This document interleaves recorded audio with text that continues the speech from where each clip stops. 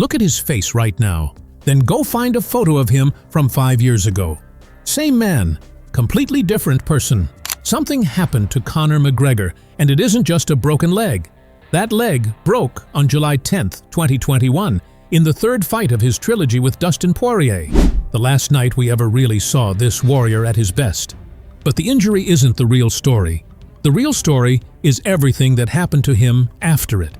His face changed shape. His voice changed. The way he moves, the way he talks, the way he carries himself in public. On with you go, it's another one. I 4 of them now. 4 of them. We had an hour series, it was on RTE, it's the national broadcast series. All of it shifted into something fans struggled to recognize. Especially once he shaved his beard, the change in his features became impossible to ignore.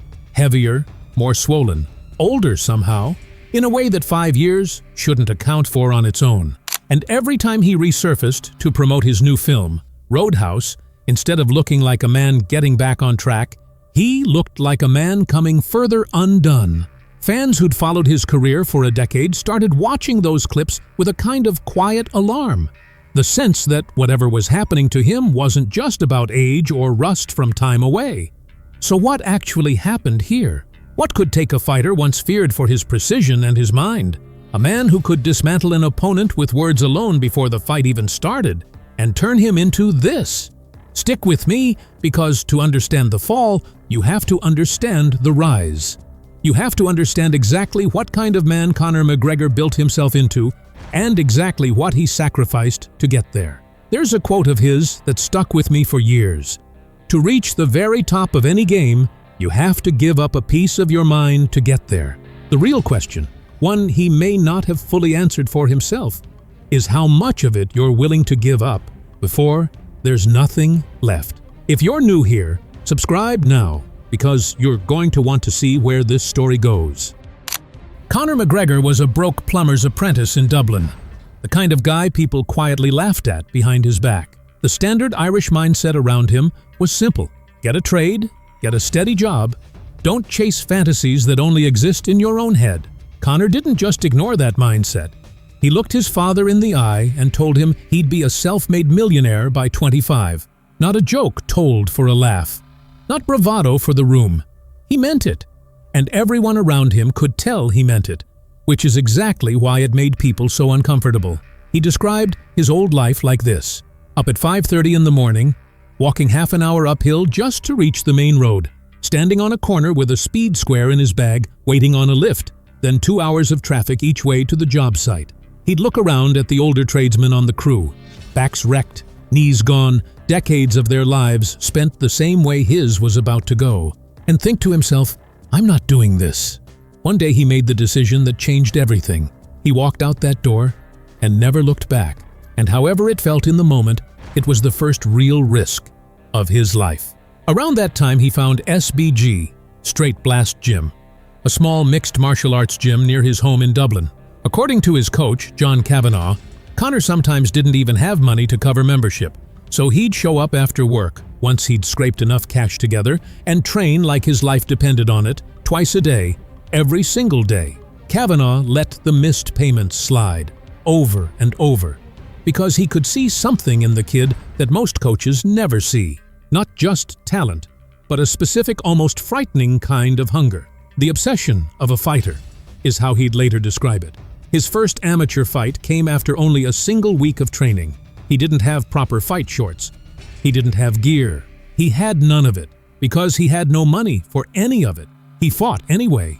He won by brutal knockout. Standing over his fallen opponent, screaming, Conor knew with total certainty, this, and only this, is what he was meant to do for the rest of his life. There's something about McGregor that's genuinely hard to fully explain. Call it charisma, call it magnetism, call it whatever word feels right to you. The way he talks pulls people in. The way he dresses, the way he carries himself, the way he holds a room the second he walks into it. You can't fully put your finger on it, but it's real. And it works on almost everyone, even people who actively dislike him. Hardcore fans of the sport understand this instinctively. Plenty of people hate him, but even the ones who hate him tend to admit, somewhere underneath it, a strange kind of fondness they can't quite explain either. That quality is what carried him out of Cage Warriors, where he became a two-division champion in Ireland, the best fighter the country had ever produced, and put him directly in the UFC's line of sight.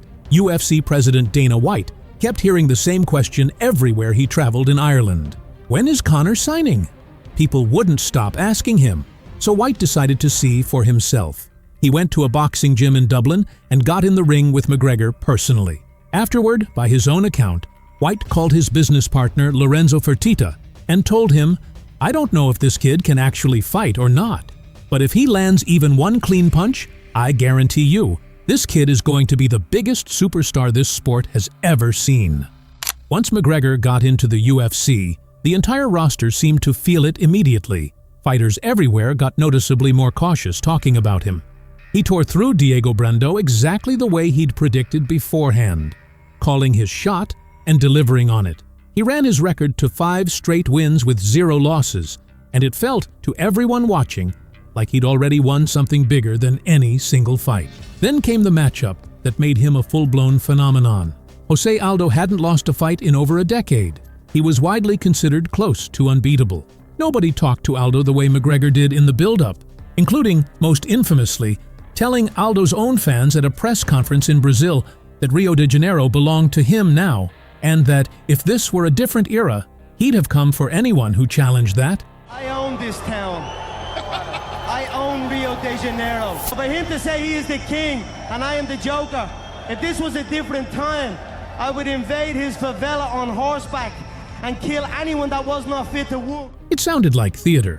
It sounded, to a lot of people, like hype for the sake of hype. The kind of thing keyboard warriors online loved to mock, saying some loudmouth couldn't possibly back up talk like that with a UFC belt. Then, in December 2015, the fight actually happened, and it lasted 13 seconds. One clean left hand, featherweight champion, and the loudest doubters suddenly had nothing left to say. That night did something bigger than win McGregor a title. It convinced an entire generation of fans, in Ireland and well beyond it, that outrageous dreams were actually reachable if you were willing to sound a little insane, saying them out loud in public first. People who'd never watched a UFC card in their lives started paying attention because of him specifically. He understood exactly how much power that gave him, and he used every bit of it. Next, he set his sights somewhere no MMA fighter had any business looking. Boxing's most feared, most untouchable name, Floyd "Money" Mayweather. Nobody thought the fight made sense on paper. Analysts and boxing lifers across every platform said flatly that an MMA fighter simply could not beat a career boxer in a boxing match. Full stop. No argument needed. McGregor didn't care 2 cents about any of it. Floyd initially offered $25 million. McGregor, by his own telling, sat at home with his feet up watching the offers climb and thought about nothing except the money about to land in his account. The fight happened anyway, in front of one of the largest audiences combat sports has ever drawn. Early on, McGregor came out with real intensity and won rounds cleanly, catching Mayweather off guard with volume and unorthodox angles. But Mayweather is one of the shrewdest tacticians the sport has ever produced, and as the fight wore on, his experience took over completely. He wore McGregor down, trapped him against the ropes late, and the referee stopped it. McGregor lost. He also walked away with roughly $100 million for a single night's work. Whatever the record books say about that fight, his bank account told an entirely different story, one that quadrupled overnight, while commentators were still calling the whole spectacle a joke. Then he did something no fighter in UFC history had ever done. He moved up a full weight class and knocked out reigning lightweight champion Eddie Alvarez, becoming the first simultaneous two-division champion the promotion had ever crowned. Inside that cage, he moved like he was reading Alvarez's mind, slipping punches with almost impossible ease before landing a 4-punch combination that put Alvarez down for good. In roughly 4 years, a broke kid from Dublin had taken an entire global sport and bent it completely around his own name. Here's the uncomfortable truth about hitting every single goal you've ever set for yourself. What do you actually do next? Years earlier, McGregor had said something that reads very differently in hindsight than it did at the time. That once he had all the money, all the belts, everything he'd ever wanted, he'd disappear for good. At the time, it sounded like a boast. a throwaway line about how big his dreams were. Looking back at everything that followed, it sounds a lot more like a warning he gave himself out loud, years before he needed to heed it. Money, fame, and idle time did what they tend to do to people who suddenly have far more of all three than they know what to do with. The man who once said fighting was the only thing keeping him out of pubs and away from bad habits started spending more and more time in exactly those places. He launched his own whiskey brand, Proper No. 12, and later a stout called Forged Irish Stout, and at one point sold a stake in the whiskey company for a reported $150 million in a single transaction. The same year he was named the world's highest-paid athlete, coming in at number 1 on that list. But by his own later admission, he was already drinking heavily in the days leading up to his biggest fights, including the bout that ultimately cost him a loss to Dustin Poirier. In the 8 years following the Mayweather fight, McGregor fought inside the octagon only 4 times total. Between the pandemic shutting the sport down for stretches, an escalating feud with Dana White, and eventually the leg break in the Poirier trilogy, McGregor spent more than 5 years almost entirely disconnected from active competition. No consistent training camp, no fixed target, just long idle stretches. It was during exactly this kind of extended downtime, without fights or structured training to anchor him, that people first started noticing real changes in his appearance and behavior. While all of this unfolded, a different kind of storm was quietly building in the lightweight division. Khabib Nurmagomedov, undefeated, relentless, and increasingly vocal, that McGregor was ducking him behind a wall of hand-picked beatable contenders. After every win, Khabib would grab the mic and say some version of the same thing. "Stop sending me fake contenders, send me a real contract. I want to smash your spoiled favorite son." When the UFC finally tried to set up a title fight for the lightweight belt McGregor had vacated without defending, injuries and last-minute pullouts stacked up one after another. First Tony Ferguson, then Max Holloway pulled just 2 days out, until the promotion settled on Al Iaquinta, a fighter ranked well outside any reasonable title conversation, as a last-minute replacement. It was a decision that split the fan base and, more importantly, set the stage for the ugliest chapter of McGregor's career to that point. Just days before that fight, McGregor's close friend and training partner Artem Lobov got into a heated exchange with Khabib and his camp at a hotel, and by multiple accounts, members of Khabib's team slapped Lobov during the confrontation. There's an unwritten code McGregor has always lived by. If someone in your circle goes to war, you go with them. The moment he heard what happened, something in him snapped completely. He loaded his entire crew onto his private jet, flew straight to New York, and went looking for Khabib at Barclays Center. When he couldn't find him before the card ended, he waited until Khabib's team was boarding their bus, then grabbed a metal hand truck sitting nearby and threw it clean through one of the bus windows. Glass rained down inside, injuring several fighters who happened to be sitting on that bus. McGregor was arrested by New York police. He later pleaded guilty to the charges. Somehow, in the middle of all that chaos, Khabib still went out and won his title fight against Iaquinta as scheduled.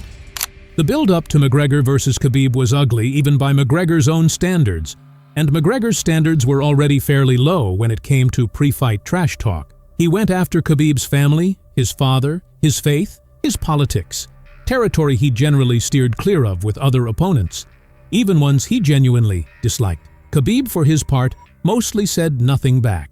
He trained instead and let the silence do its own kind of talking. McGregor's camp for this fight was reportedly unlike anything he'd done before. Full contact sparring with paid fighters flown in specifically to go to war with him. No holds barred. Because this wasn't about learning new technique. It was about figuring out exactly how to hurt one specific man. Even in the middle of that brutal camp, by some accounts, he was still drinking his own whiskey. On October 6, 2018, in front of a stadium that had gone almost completely silent with anticipation, Khabib did exactly what he'd promised beforehand. Took McGregor down immediately with his wrestling, ground him out, and spent most of the fight making McGregor's night as miserable as possible. McGregor actually won the 3rd round on the feet briefly, but by the 4th, Khabib had him locked against the fence with no way out, and in one exchange, McGregor reportedly leaned in and told him, "This is just business, man." For Khabib, it was never business. It was deeply personal, and everyone in the building could feel that difference. Khabib took his back, sank in a chokehold, and cut off his air completely. McGregor tapped. What happened immediately afterward overshadowed even the finish itself. Khabib spit out his mouthguard, threw it toward McGregor's corner, and leapt clean over the cage wall, going straight after members of McGregor's team. In the chaos, some of McGregor's own team jumped into the cage and attacked Khabib from behind while he lay on the mat. Security struggled to control the situation as Khabib's brothers scaled the barricade to join in. Whatever aura of invincibility McGregor still carried into that cage was gone by the time it ended, one way or another, for both men. 5 months later, McGregor posted a tweet announcing his retirement from the sport. Nobody quite knew what to make of it, and that uncertainty was really the beginning of everything that followed. This is where the version of Conor McGregor that fans thought they knew started to genuinely disappear piece by piece in public. At an airport, a fan approached him for a photo. McGregor allegedly grabbed the man's phone, threw it to the ground, and stomped it to pieces. People speculated that the constant swarm of attention had simply worn him down past his ability to cope with it gracefully. Then, at a pub in Dublin, an older man reportedly declined a drink McGregor offered him. Just a simple, "No thanks, I don't want it." And McGregor, apparently insulted, knocked the man to the ground with a punch. Stop and sit with that for a second. A man worth hundreds of millions of dollars throwing a punch at an elderly stranger in a pub over a declined drink. It later emerged that the man wasn't just any random stranger. He was connected to the Kinahan cartel, one of the most dangerous organized crime networks in Ireland. Reports followed of direct threats being made against McGregor's life. Publicly, he didn't flinch at all. He said out in the open that if anyone wanted him, he'd be right there waiting. It came across less like fear and more like a challenge. But honestly, the thing McGregor most needed to be afraid of at that point probably wasn't a cartel. It was the version of himself that had run out of anything left to fight for. There's a pattern worth sitting with here. A man who spent years grinding silently toward one singular goal, who then achieved every single piece of it faster than almost anyone in the sport's history, and who suddenly had nothing left, pointed at the horizon. McGregor himself has said, more than once and in more than one interview, that he needs something concrete to chase, or the money and the free time start pulling him toward destruction instead of anything constructive. It's not a complicated psychological insight, but it's one a lot of people who reach the top of anything eventually run into. The mountain runs out, and what's left is just you and whatever you built your identity around chasing.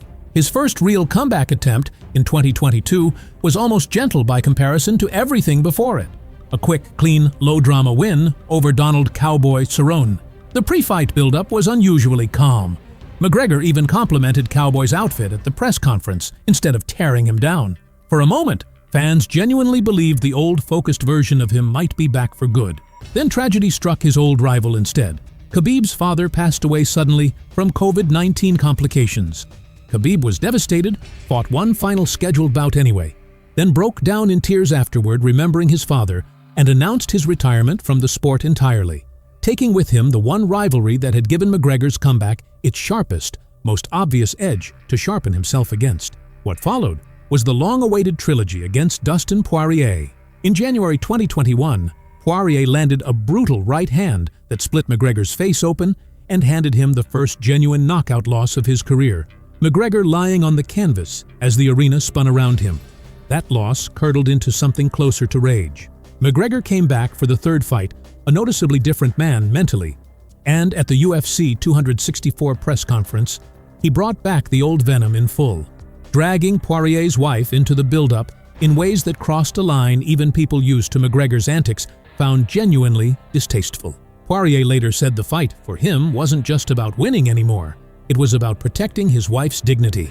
The fight itself started the way McGregor fights usually start, with heavy aggression and hard shots landed early. Poirier, unlike in some past matchups, didn't get rocked. He took McGregor down and worked heavy ground strikes.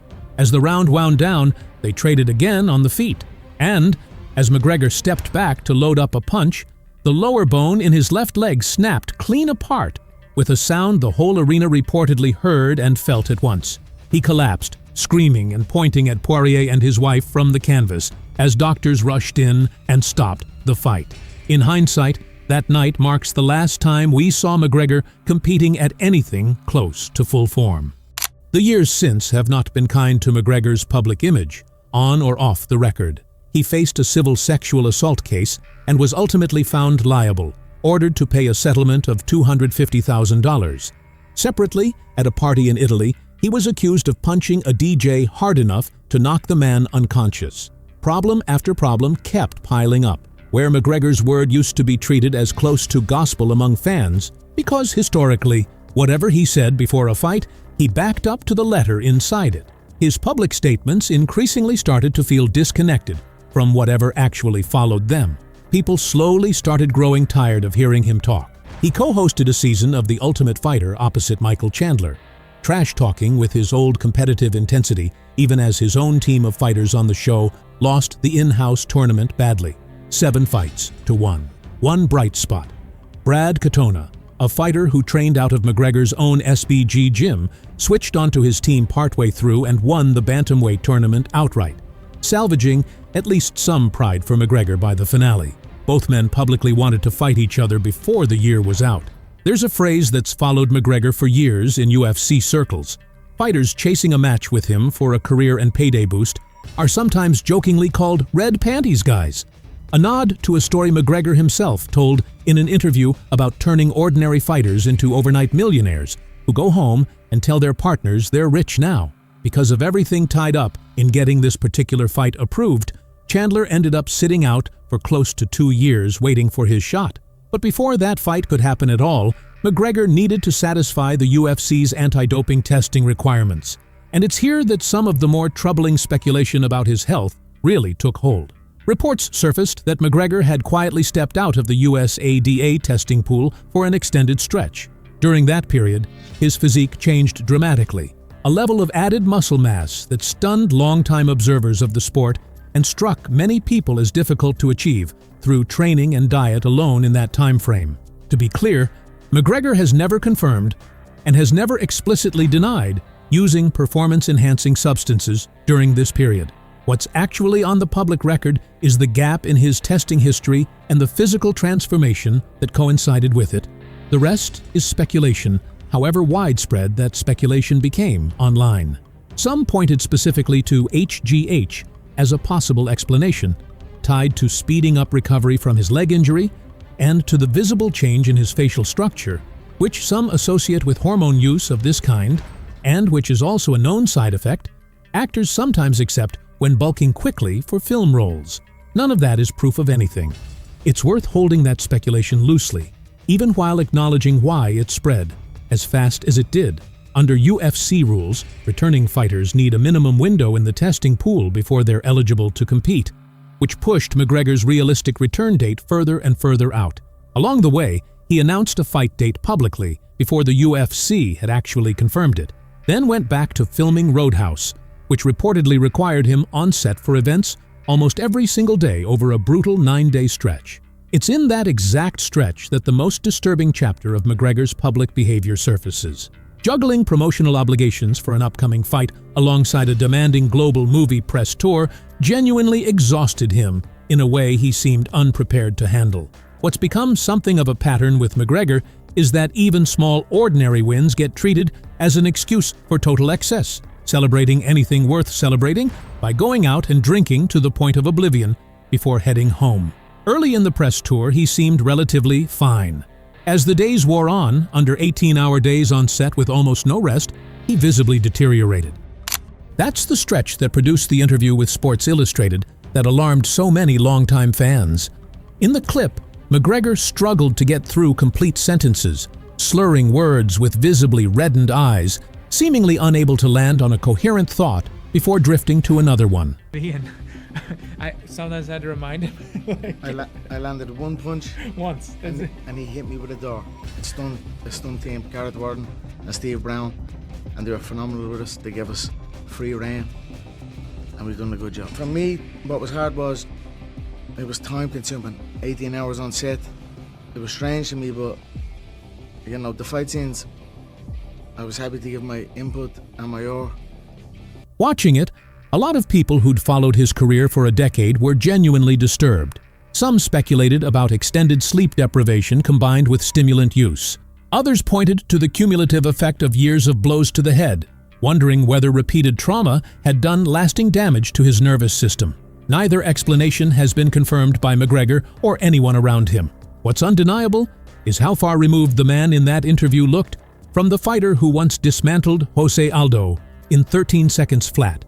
And that gap alone is what's driven years of public concern about his condition, deserved or not. Even Poirier, of all people, came to McGregor's defense during this stretch, pointing out that the UFC has a long history of using contract leverage to keep fighters locked into promotional obligations against their own interests.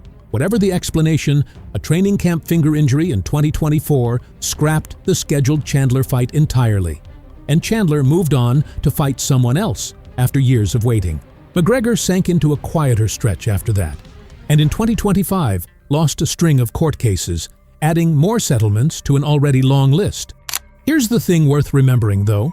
Everyone assumed this was where the story of Conor McGregor finally ended, and yet an entire new generation of fighters coming up through the sport right now is openly copying the blueprint he laid down years ago. The trash talk, the walk, the swagger, the promo cuts at press conferences designed to sell a fight before either fighter throws a single punch.